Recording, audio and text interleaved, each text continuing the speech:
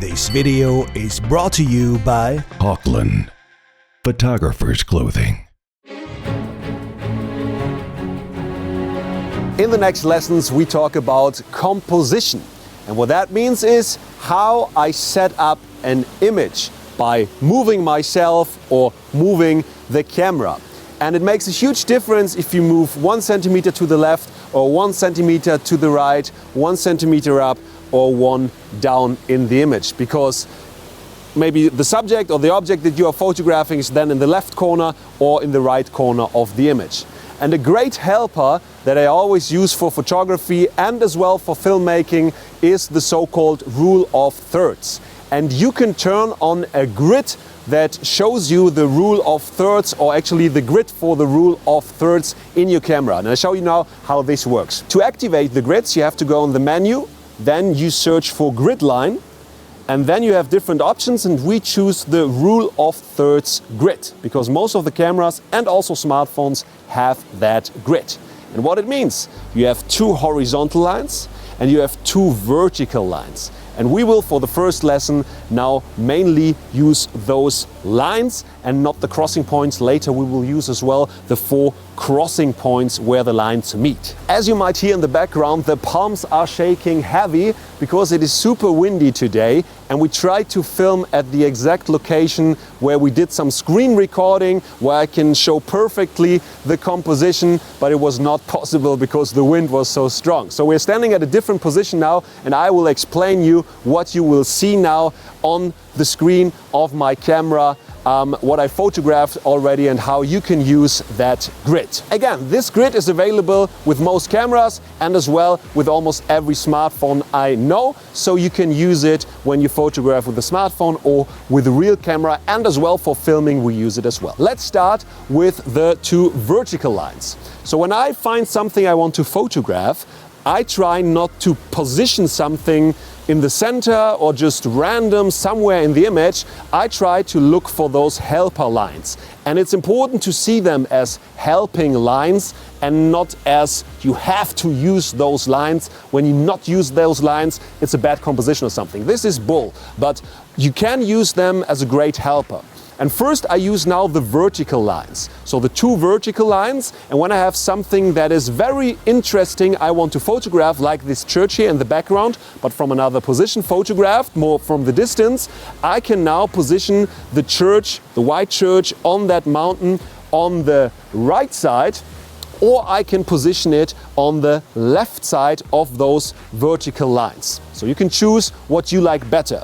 Sometimes I shoot both. So first right side vertical line, second left side vertical line, and then I see what I like better. And not only the vertical lines you can use, but also the horizontal lines, of course. And this is where the name rule of thirds comes from, because you have, of course, the thirds you can work with in the composition. And I use now the horizontal lines to set up my image, to compose my image. And mainly I use it for the horizontal lines. So not only the horizontal grid lines itself, but also the horizontal line in my image. So I try now to put the horizon not in the middle of the image, but in the upper third or lower third, and usually this is exactly the horizontal line of the 3x3 grid. So first I start with the top. So now the horizon where the church sits on is on the top horizontal line of my rule of thirds grid, and now it is on the bottom of my horizontal line. And you see I have now 2/3 of sky and 1/3 of foreground or of land, you can say. And you can also use your finger for that. Usually it's exactly the size of the fingers that fit on the screen. So 2 fingers on the screen now is the sky, and 1 finger is the foreground. Or you can do it the other way around. 2 fingers foreground or land, and 1 finger sky. So 2/3, 1/3, and the other way around. And this is why it's usually called rule of thirds. And in landscape photography I use it a lot of time, but you can use it for almost every kind of photography to compose the image.